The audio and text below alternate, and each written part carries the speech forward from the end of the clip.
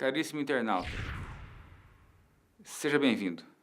Hoje nós abordaremos, dentro do programa do Observatório Social do Brasil e a CACB, o webinário Como Vender para o Poder Público.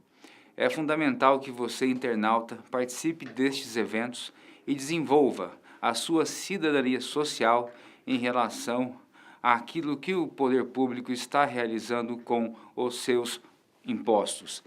É de suma importância que você se conscientize, que você acompanhe, que você estabeleça uma estrita relação com o poder público. Nesse aspecto também eu me dirijo a você, empresário, que deseja vender para o poder público. Se você ainda não vendeu para o poder público e tem essa vontade, fique aqui conosco, acompanhe o nosso programa, acompanhe o nosso webinário, que você vai descobrir como poder vender para o poder público. Também me dirijo a você, internauta, que já vende para o poder público e que você tem interesse em aprimorar os seus procedimentos de venda para o poder público. Esse programa do Observatório Social do Brasil, em parceria com a CACB, é muito importante, pois dissemina e enfatiza a parceria para que você observe com muita tranquilidade aquilo que o poder público vem desempenhando, vem gastando o seu orçamento, com que ele gasta, aquilo que ele gasta, como ele gasta. Eu convido a conhecer os trabalhos do Observatório Social do Brasil e da rede que atuam nos municípios, ajudando a fiscalizar as contas públicas. E nesse programa de formação de cidadania, possibilita a você e aos empresários participarem em melhores condições dos processos de compras públicas, melhorando a eficiência dos recursos públicos frente às prefeituras, aos estados e ao governo federal. Nesse aspecto, hoje nós iremos abordar como vender para o poder público ou como vender para o governo. Em linhas gerais, a pergunta que sempre me fazem: professor Túlio, como é vender para o governo? O que eu preciso fazer para vender para o governo?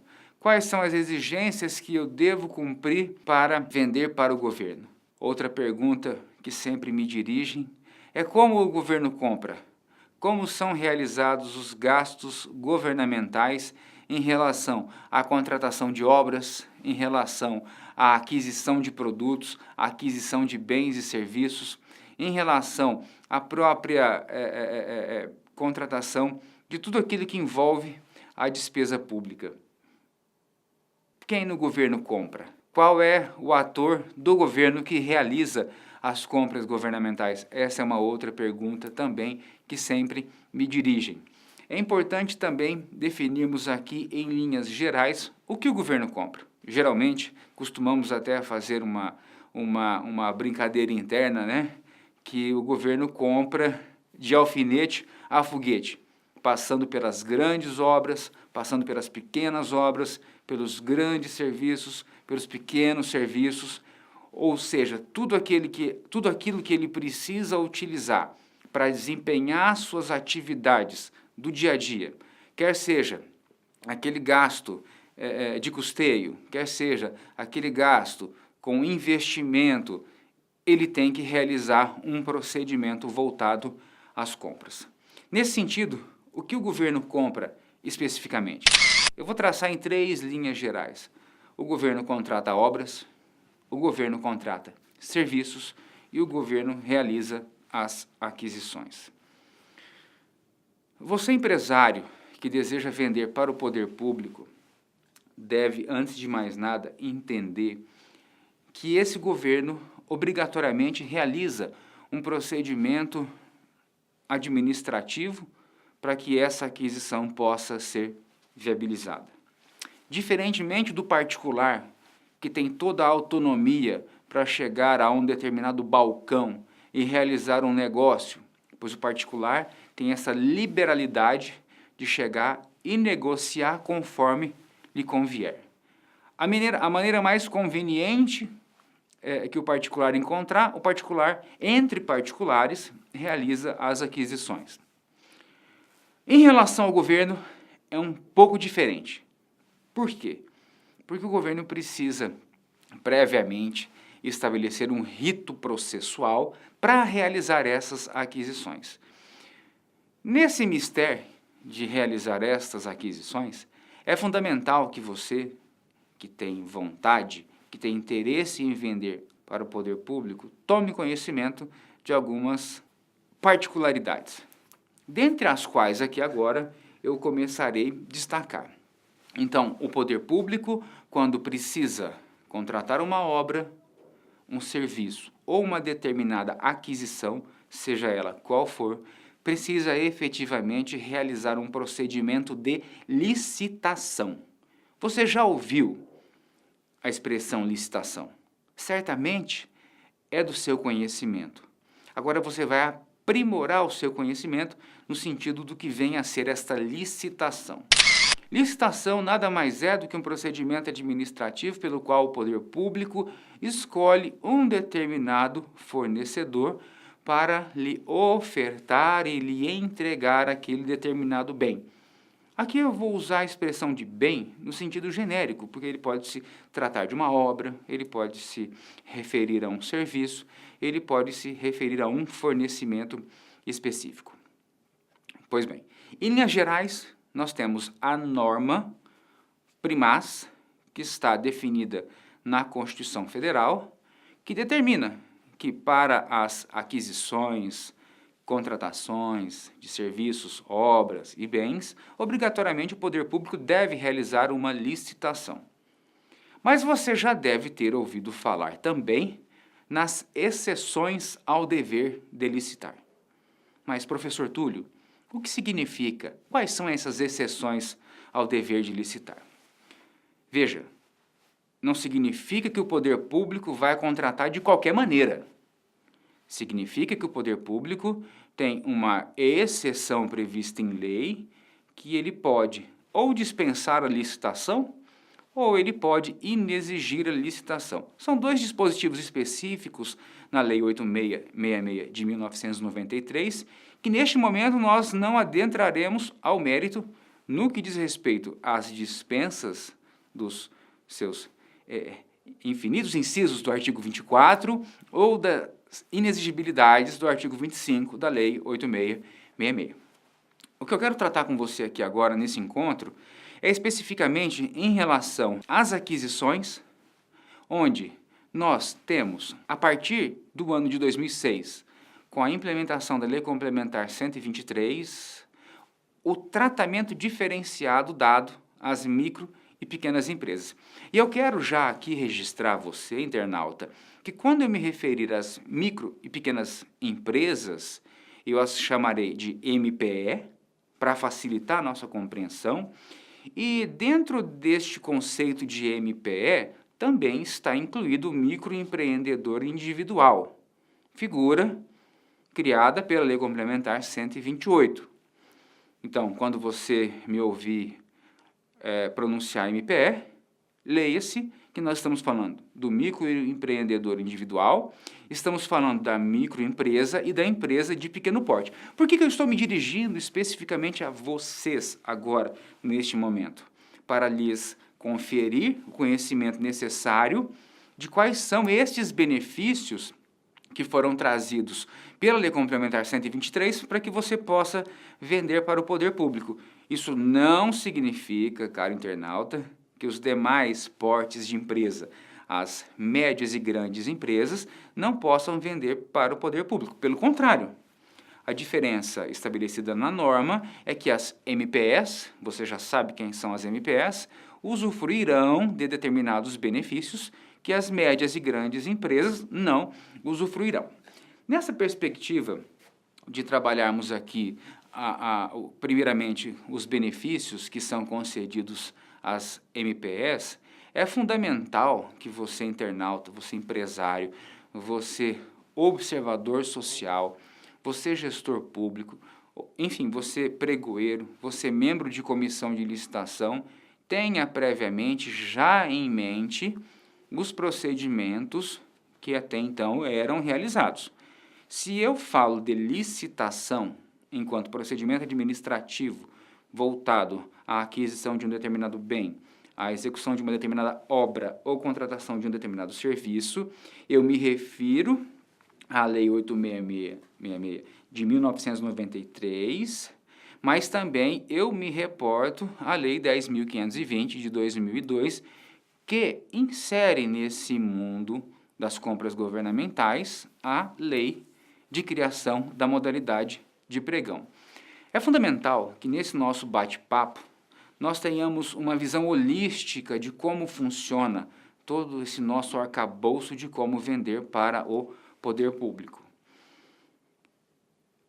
Ainda não estou adentrando ao mérito dos benefícios que as MPS poderão usufruir nesse contexto.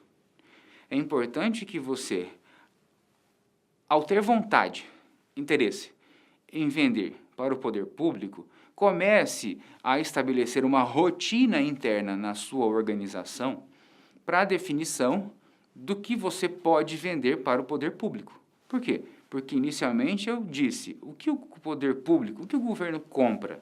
Bom, o governo compra de alfinete a foguete, genericamente falando e popularmente me dirigindo a você. Mas vamos pegar um objeto específico. Bom, o governo realiza aquisições de materiais de expediente. Aquele material que ele precisa, que ele necessita para o seu dia a dia, para o desempenho das suas atividades diuturnas, para o desempenho das suas atividades rotineiras. Nessa perspectiva, eu, fornecedor de material de expediente, me vejo vendendo para o poder público. Logo, eu sei que eu me enquadro naquela condição, pois, pelo menos, o meu objeto é referente àquilo que o poder público precisa comprar. Então, eu já começo a identificar. Então, vender para o poder público significa o seguinte, o que ele está comprando? Eu posso vender? Ok, então agora eu vou em busca de como providenciar essa venda especificamente. Para tanto, eu, empresário, preciso entender como é que funciona esse procedimento de licitação pública. Esse procedimento de licitação pública nada mais é, já disse e registro novamente, o procedimento administrativo pelo qual você irá percorrer para poder vender para o poder público. Professor Túlio, quanto tempo leva para que uma licitação seja concluída? Isso depende muito do que, principalmente, internauta? Isso depende da modalidade, depende dos prazos que essa modalidade se refere, depende das condições a que ela está posta. Então, quando vender para o governo, qual é o primeiro, o que eu preciso entender, primeiramente? O que é a licitação. Dentro dessa regra geral da licitação, eu vou entender quais são as modalidades. Mas, professor Túlio, o que são modalidades de licitação? Nada mais são do que as formas como esse processo de licitação vai se desenvolver. Então, ainda na vigência da própria Lei 8.666 de 93, nós temos algumas modalidades de licitação. Quais são? Concorrência, tomada de preço, convite, concurso, leilão.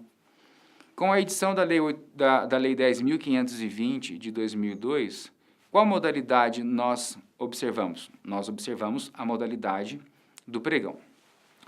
Pois bem, nessa perspectiva de definir as modalidades, você, internauta, empresário, observador social, deve se ater à regra de como elas funcionam.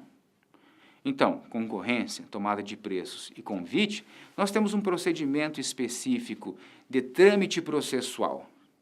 Já na modalidade de pregão, nós temos outro procedimento, nós temos um trâmite especial para esta modalidade. Por que um trâmite especial? Porque algumas regras são invertidas, alguns procedimentos são realizados de maneira diversa do que eram realizados nas outras modalidades de licitação. Então, quando você, ao participar dos nossos cursos, dos nossos webinários, você, nesse programa de formação de cidadania, vai poder ter um contato direto, por exemplo, com o programa curso de formação de pregoeiro ou com a modalidade de pregão. Então, eu não vou aqui avançar nos requisitos voltados às modalidades em si, e vou me ater, nesse nosso bate-papo, quanto às regras da definição de como é que nós vamos identificar a possibilidade de vender para o poder público, ok? Professor Túlio, muito legal, eu tenho interesse em vender para o poder público, como eu faço? Eu quero separar com você aqui 2 momentos. O momento de preparação da minha organização para poder vender para o poder público. E depois eu quero separar em um segundo momento para entender esses benefícios desse tratamento diferenciado que é conferido às MPS. Pois bem, num primeiro momento, eu vou identificar internamente, como já disse, a minha linha de fornecimento. Segundo, eu vou identificar se eu tenho capacidade para vender para o governo. Mas, professor Túlio, como assim capacidade para vender para o poder público? Eu já tenho aquela linha de fornecimento de materiais, por exemplo, ao citado anteriormente, material de expediente. Você tem a capacidade de vender para o poder público dentro das condições às quais o poder público está impondo a você? Lembre-se que eu disse que entre particulares há uma liberalidade de negociação que não existe com o poder público, pois o poder público vai prefixar as regras e você deverá atendê-las. Como funciona? Através do edital de licitação, que eu tomarei conhecimento do que o poder público está comprando e quais são as condições de participação em relação àquela matéria específica. Pois bem, nessa perspectiva de analisar a minha capacidade técnica de fornecimento, eu também tenho que identificar se eu estou em dia com a minha regularidade fiscal. Professor Túlio, como assim regularidade fiscal? O que significa isso na prática? Aquele que está em débito com o poder público não pode, por ele, ser contratado. E na prática, isso significa que se você estiver com algum problema fiscal, problema esse, pendente efetivamente, você não poderá obter as certidões negativas fiscais. Essas certidões negativas fiscais são fundamentais para que você demonstre a sua regularidade fiscal para poder vender para o poder público. Ah, professor, então a primeira medida que eu devo adotar é verificar se a minha vida fiscal está em dia, se eu consigo obter ou se eu já obtive a certidão negativa conjunta da Receita Federal, dívida ativa da União e INSS estão regulares. Ótimo, esse é o primeiro passo. O segundo, a depender do âmbito governamental que você está a vender ou você está disposto a vender, será exigida a você outras certidões fiscais, como do Estado, como do município ou do Distrito Federal. E em alguns locais, internauta, são exigidos todo esse conjunto, tá? No âmbito federal, estadual e municipal. Outra regra em relação à regularidade fiscal, após uma modificação da Lei 8666 de 93, foi a inserção da regularidade trabalhista, ou seja, você deve demonstrar que não tem nenhum débito trabalhista pendente no que diz respeito à esfera de execução trabalhista. Ah, professor, eu já, infelizmente, fui executado na Justiça do Trabalho, mas paguei meu débito. Vou receber a minha CNDT? Sim, perfeitamente, você vai poder obter a sua CNDT. A CNDT diz respeito a débitos trabalhistas da Justiça do Trabalho não quitados, executados, pendentes e não quitados. Então, você vai ter que ficar muito atento em relação a essa questão da regularidade fiscal e trabalhista. Esse é o segundo passo, porque o primeiro você já identificou que é do ramo pertinente ao objeto e tem capacidade de fornecimento daquele determinado produto. O segundo é essa regularidade fiscal e trabalhista. Em relação à própria formação da sua personalidade jurídica, o poder público pode comprar de pessoas físicas ou de pessoas jurídicas. E eu recomendo que você realize uma leitura pormenorizada do artigo 27 ao artigo 33 da Lei 8666 para se familiarizar em relação a estas obrigações específicas. Pois bem, já defini a questão da minha capacidade, do meu objeto, da minha regularidade fiscal e trabalhista, e agora eu quero entender melhor, professor, a respeito da minha condição de usufruir desses tratamentos diferenciados para a minha condição de MPE. Pois bem, aqui você começa a navegar num assunto muito interessante. Para a promoção do desenvolvimento local, do desenvolvimento regional, o poder público inclui na Lei Complementar 123 essa premissa de que você, MPE, tem, em relação às médias e grandes empresas, uma determinada preferência. Mas como é que isso funciona na prática, professor? Bom, se você é uma MPE e deseja vender para o poder público, é importante que você defina rapidamente comigo o seguinte.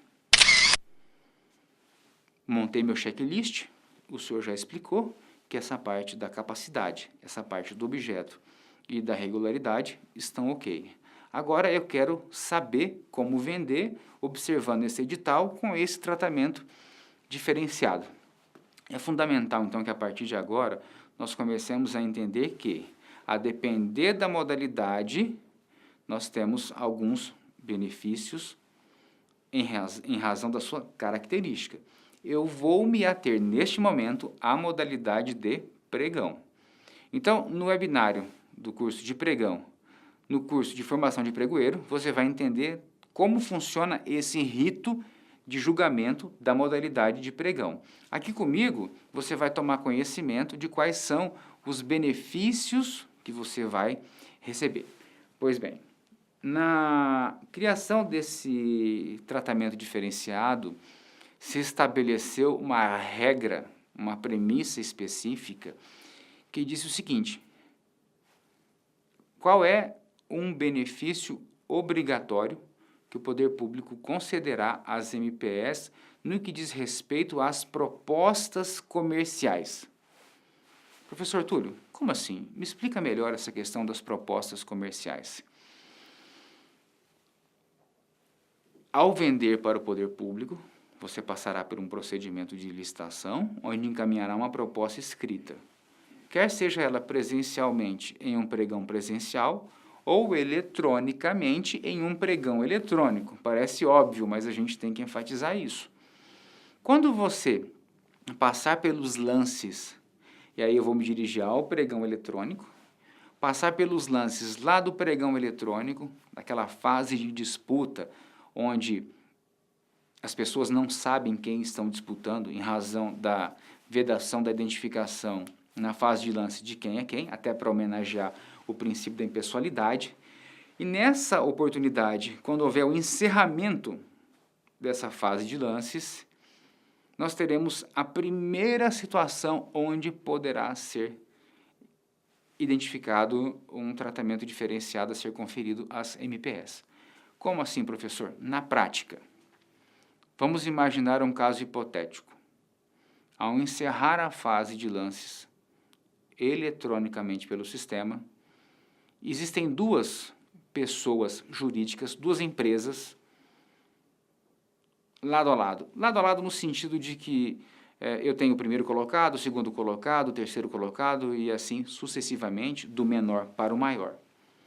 E esse primeiro tratamento diferenciado que é concedido à MPE significa o seguinte, que se uma primeira colocada não for MPE e uma segunda colocada for MPE, e essa segunda colocada estiver em razão da primeira colocada em um intervalo de 5% de valor em relação à proposta, veja, hipoteticamente falando, a primeira colocada tem um valor X, a segunda colocada tem um valor X mais 5%, a segunda colocada é uma MPE.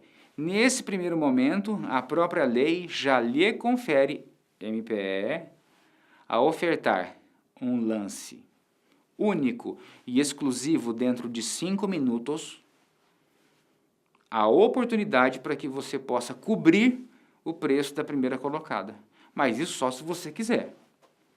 Tá? Esse benefício ele é obrigatório para ser concedido, mas o poder público, veja, o poder público tem a obrigação de conceder esse tratamento, mas você, empresário, tem a faculdade de exercê-lo. Você fez as contas e o seu preço máximo é aquele lá. Se você não quiser cobrir o preço do primeiro colocado, você não é obrigado, mas você tem esse direito. Professor, que maravilha. Essa é uma oportunidade que nós temos de vencer a licitação. Então, sim, essa é uma oportunidade que você terá para ficar em primeiro lugar. Por quê? Porque a licitação ainda não se encerrou. Nós teremos uma outra fase, que é a fase de habilitação nessa licitação.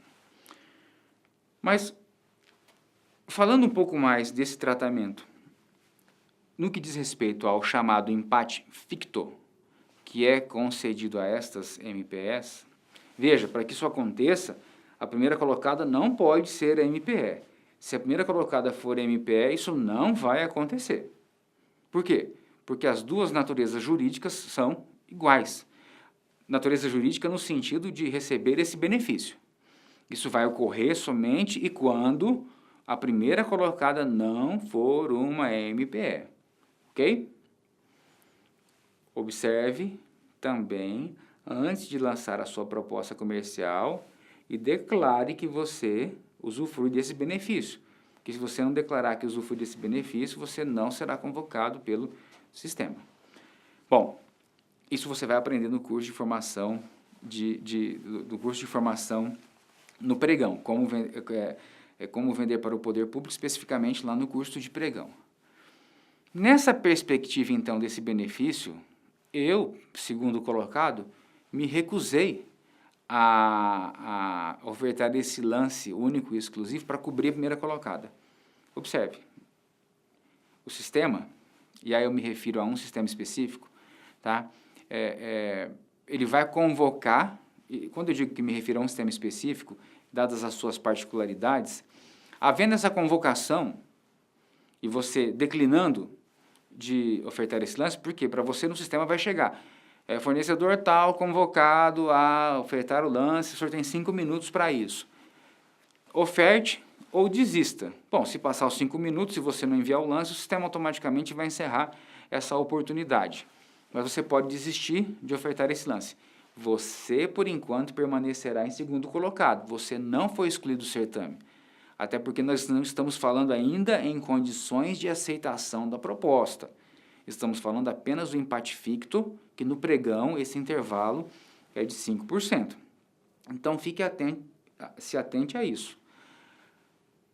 Mas, professor, eu corro o risco do terceiro colocado também estar no intervalo de 5% em relação à primeira colocada e esse terceiro colocado ser convocado para ofertar esse lance? Sim, corre esse risco. Então, fique atento à sua central de custos, observe se é possível realizar esse envio de lance exclusivo e único no prazo de 5 minutos, porque se você não o fizer, o sistema vai encerrar depois de 5 minutos e vai abrir a oportunidade para que, caso haja mais de uma empresa nessa mesma condição, mais de uma MPE, registra-se nessa mesma condição, ele vai jogar para a terceira colocada.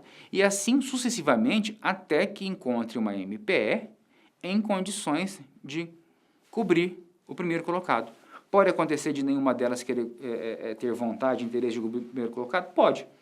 Agora, você tem essa oportunidade de cobrir a melhor proposta.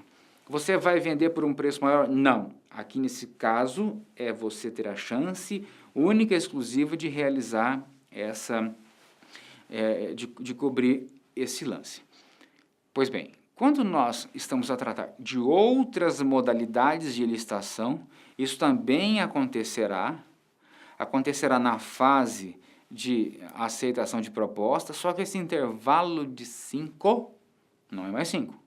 Esse intervalo passa a ser de 10%. 20% em relação à melhor proposta. Então, você já identificou que você já tem esse benefício, já possui esse tratamento diferenciado em poder cobrir o lance da primeira colocada. Esse é o primeiro benefício, é o benefício obrigatório. Mas você também tem um segundo benefício obrigatório que deve ser concedido pelo poder público nos editais de licitação. Diz respeito à sua condição de habilitação. Professor, você disse ali atrás que eu tinha que ter a minha regularidade fiscal e trabalhista em dia. Ok. Para ser habilitado no certame. Para participar, não necessariamente, mas para ser habilitado. No entanto, em relação à regularidade fiscal, você tem um benefício. Caso você venha participar e esteja com algum problema nessa regularidade, o poder público deve lhe conceder o prazo de 5 dias úteis, contados da sua habilitação, para que você regularize esta situação. Caso você não consiga regularizá-lo em 5 dias úteis, o poder público pode renovar esse prazo por igual período. É importante que você passe a participar com a regularidade em dia. Mas se porventura você tenha algum problema em relação a essa regularidade, você pode participar, mas para ser habilitado você tem que se regularizar. E o poder público vai conferir esses 5 dias úteis prorrogáveis por mais 5 dias úteis. Então, esse é um benefício obrigatório a ser concedido a você, MPE. Pois bem, tratando destes obrigatórios que deve estar ali previsto no edital, mas ainda que não previsto no edital, deve ser concedido, nós passamos para os benefícios facultativos. Que, na verdade, é uma discussão se esses benefícios são facultativos ou eles se tornaram obrigatórios a partir da modificação da Lei Complementar 123. E estes benefícios, aos quais agora vou me referir, eles vêm retratar também a sua condição de MPE. Tá? Então, eu quero que você anote aí que o primeiro benefício, e aí aquela discussão do facultativo ou mais não, mas vamos trabalhar em um outro grupo. São as aquisições exclusivamente feitas de MPS, ou feitas só com a participação de MPS. Como assim, professor? Só vai participar desse certame as MPS? Sim, só participarão desse certame as MPS. Mas como é que isso funciona na prática? Bom, o poder público, ao realizar licitações cujo valor estimado seja de até R$80 mil, professor, por item ou por lote? Ou pelo valor total da licitação, a depender do critério de julgamento que foi estabelecido. Se em uma licitação eu tiver 10 itens e cada item tiver no máximo o valor de R$80 mil, será a participação exclusiva para aquele item cujo valor máximo seja de até R$80 mil. Professor, mas todos os itens, não estou falando o total da licitação, de todos os itens. Item 1, 79 mil, exclusiva para MPE. Item 2, 59 mil, exclusivo para MPE. Item 3, R$80.500. Não pode ser mais exclusivo para MPE aquele item específico. Os demais itens deverão ser exclusivos para as MPS. Então, essa licitação exclusiva de até R$80 mil só vai participar as MPS. Internauta, observador social, empresário, existem algumas situações onde o poder público não aplicará essa licitação exclusiva. Mas depois eu peço a especial atenção de vocês que se atentem para as regras dos artigos 47 ao 49 da Lei Complementar 123/2006, que ali vem especificando quais são os casos em que o poder público não aplicará estas regras para as MPS. É importante que nós façamos uma breve reflexão, porque se nós... Eu não quero aqui adentrar um mérito específico de quando é ou quando não é que ele vai aplicar essa regra das licitações exclusivas, mas eu quero me ater à obrigatoriedade do poder público em fazê-lo. Tá? Então, observador social, fique muito atento em relação a essas premissas de que, se a licitação é de até 80 mil, ele deve, não é que ele pode, ele deve fazer com que a licitação ocorra com a participação só de MPS. Mas, Túlio, essa regra, como é que eu vou descobrir por que ele não fez?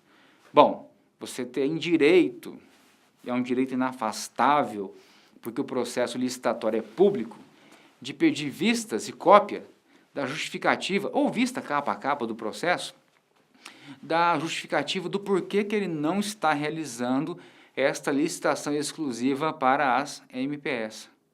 E a partir dali, adotar medidas administrativas de controle externo ou de controle externo no sentido de acionar os tribunais de contas, respectivamente, ou o próprio judiciário, para fazer prevalecer o direito do tratamento diferenciado das MPS.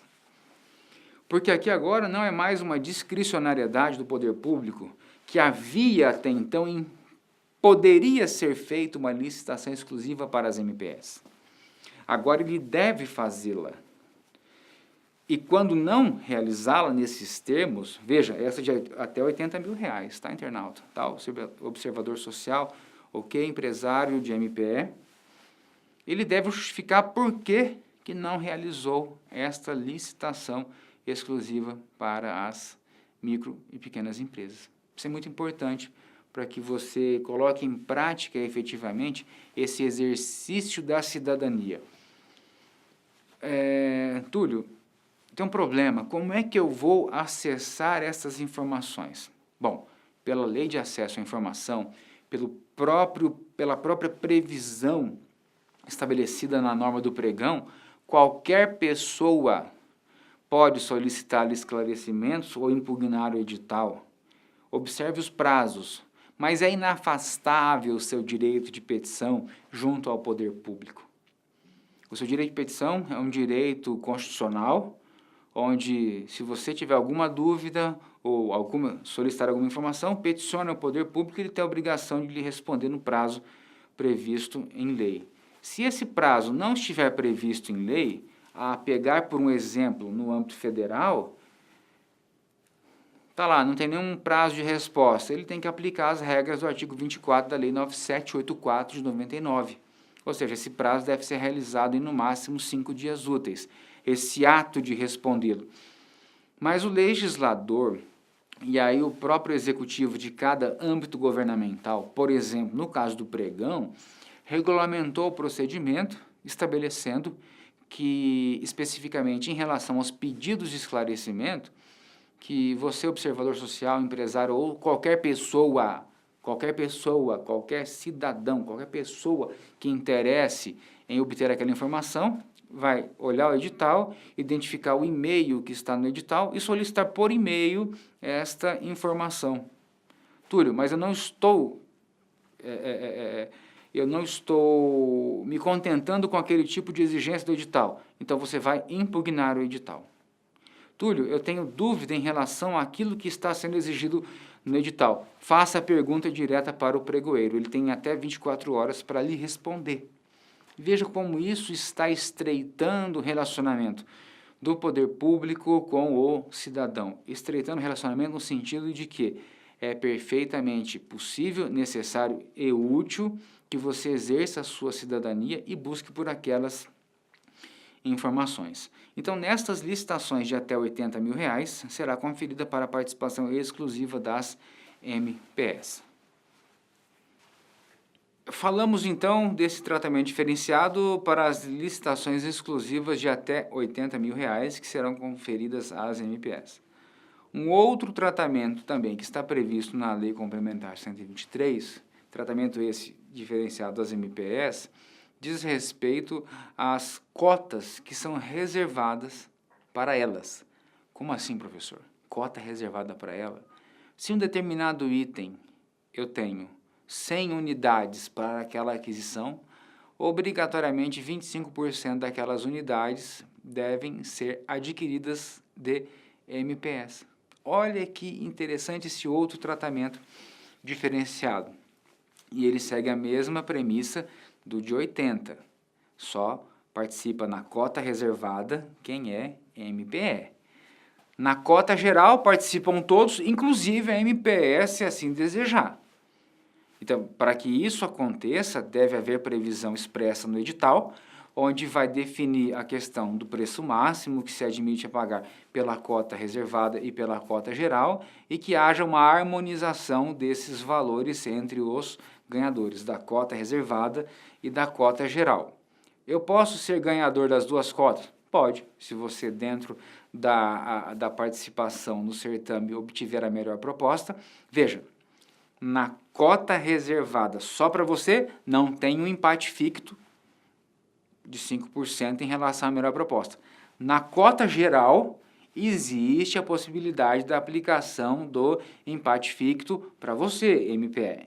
Observe que, veja, na de 80 mil não tem empate ficto porque só participa MPE. Na cota reservada de 25% não tem empate ficto porque só participa da cota reservada quem for MPE. Mas nesse item, cota reservada e cota geral, na cota geral você também, MPE, pode participar e usufruirá dos benefícios do tratamento diferenciado dos 5% em relação à melhor proposta, como lá no benefício geral que eu já comentei com vocês. Então essa é uma outra facilidade, um outro tratamento que é conferido a você, MPE.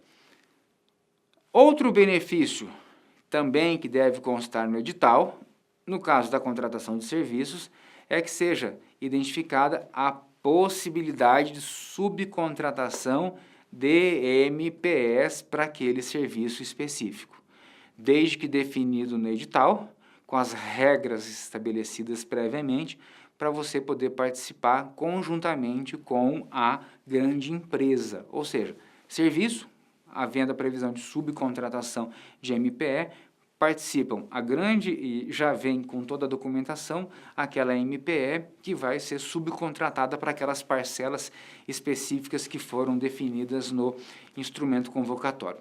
Então, se nós trabalharmos com essas premissas da definição de que é perfeitamente possível receber do poder público esses incentivos, esse tratamento diferenciado, nós começamos a identificar o seguinte: agora eu já sei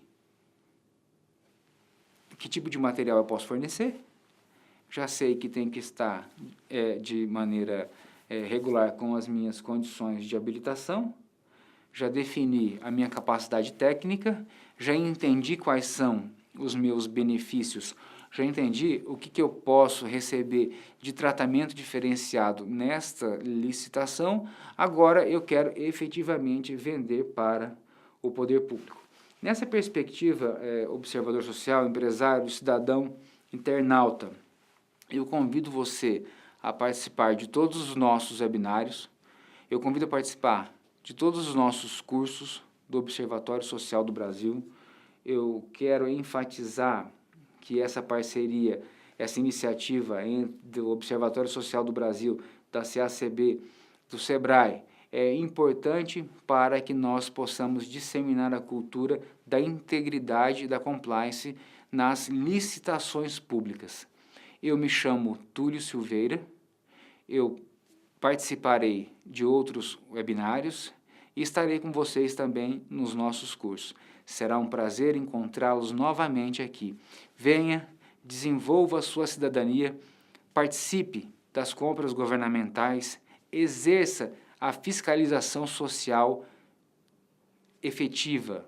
Fiscalização social efetiva é aquela onde nós temos acesso à informação e nós ali desempenhamos o nosso direito de cobrar do poder público que o gasto do poder público tem que ser feito de maneira eficiente. Já me perguntaram, professor, o poder público tem que dar lucro como uma empresa? O poder público tem que prestar um serviço eficiente, que atenda a tudo e a todos, conforme determina as regras das boas políticas públicas. E você, observador social, você, cidadão, embora não tenha interesse em vender para o poder público, mas você pode efetivamente e deve acompanhar os processos das despesas públicas. Hoje, com a informatização, o acesso à informação é muito mais rápido. Eu, particularmente, nos momentos de descontração, às vezes, coleto algum edital para analisar e verificar se ali se encontra alguma irregularidade. Mais uma vez, me chamo Túlio Silveira, estou à sua disposição e será um prazer reencontrá-lo em nossos webinários e nos nossos cursos. Obrigado pela atenção de todos vocês.